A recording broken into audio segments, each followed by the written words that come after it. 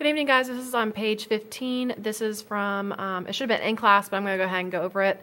So this is squares and square roots. So a square can pretty much, it's a special shape that has all four sides are equivalent to each other. So when I say 6 squared, it's 6 times 6, which is 36, so it's a perfect square. And then I take the square root of that, gives me 6 times 6, so 6 is the square root of 36.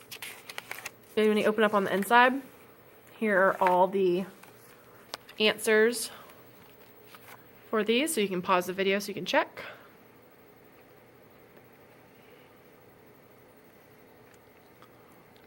And then over here on this other side,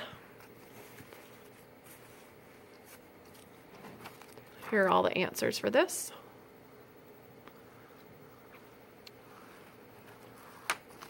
And there you go. Okay, now we're going to move on to page 16 or 17. Hold on. 16. So now we're going to be talking about estimating when it's not a perfect square root. So I just gave you kind of a brief overview of what a square root is, and then I told you to list the perfect squares, 1 to 400, so here they are.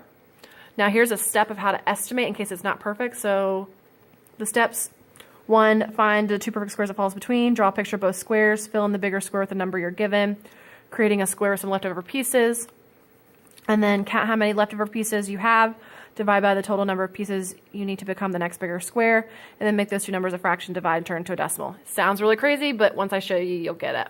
All right, so 34. Square root 34 falls between square root 25 and square root 36. So draw a square with 25 squares, draw a square with 36 squares. All right. Now, if I have 34, I can't really fill in this guy, so I'm going to fill in this guy instead.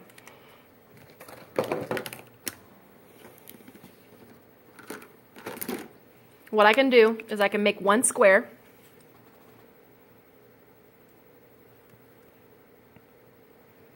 So this is a 5 by 5. Okay. So I color those in. And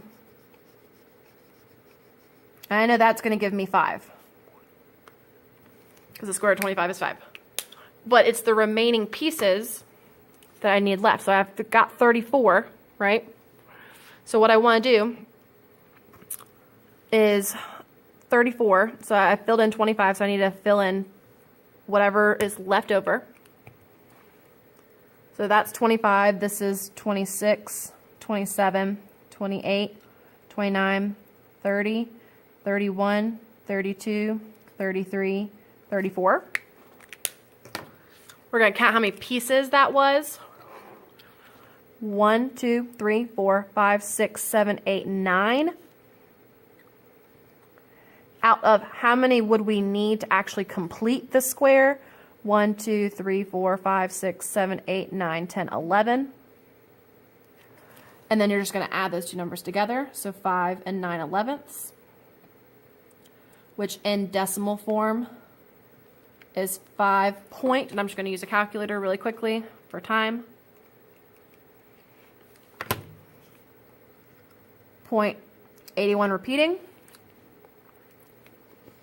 Now, if I round this to the tenths, 5.8. Okay. Now, if I actually use a calculator on square root 34, we're going to see how close we get. So the square root of 34, 5.8. So we were right on the money. And that's how you estimate a non-perfect square without a calculator. Okay. When you open up on the inside, here's another one that we can try. So let's do 12. 12 falls between square root 9 and square root 16.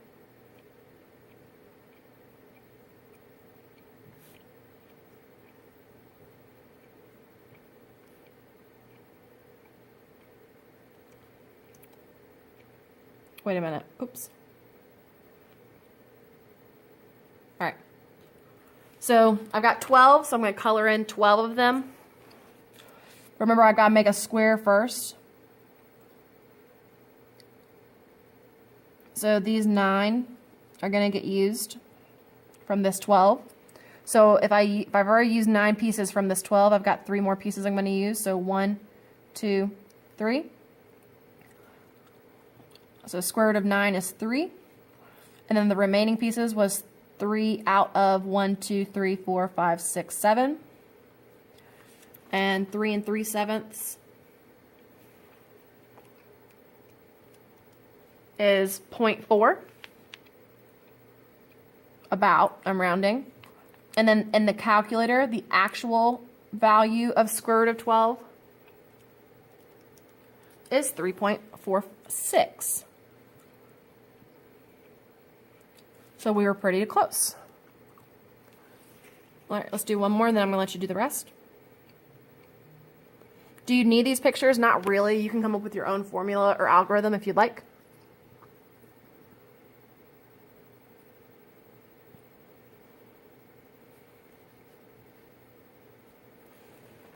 So here's the thing.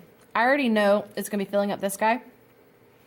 And it's going to give me a square of 4 by 4, right? Plus the difference that I need. If I have 16 that I've already used to make the 4 by 4, I've got 4 left. So I subtract from here to here. And then I find the difference from 16 to 25.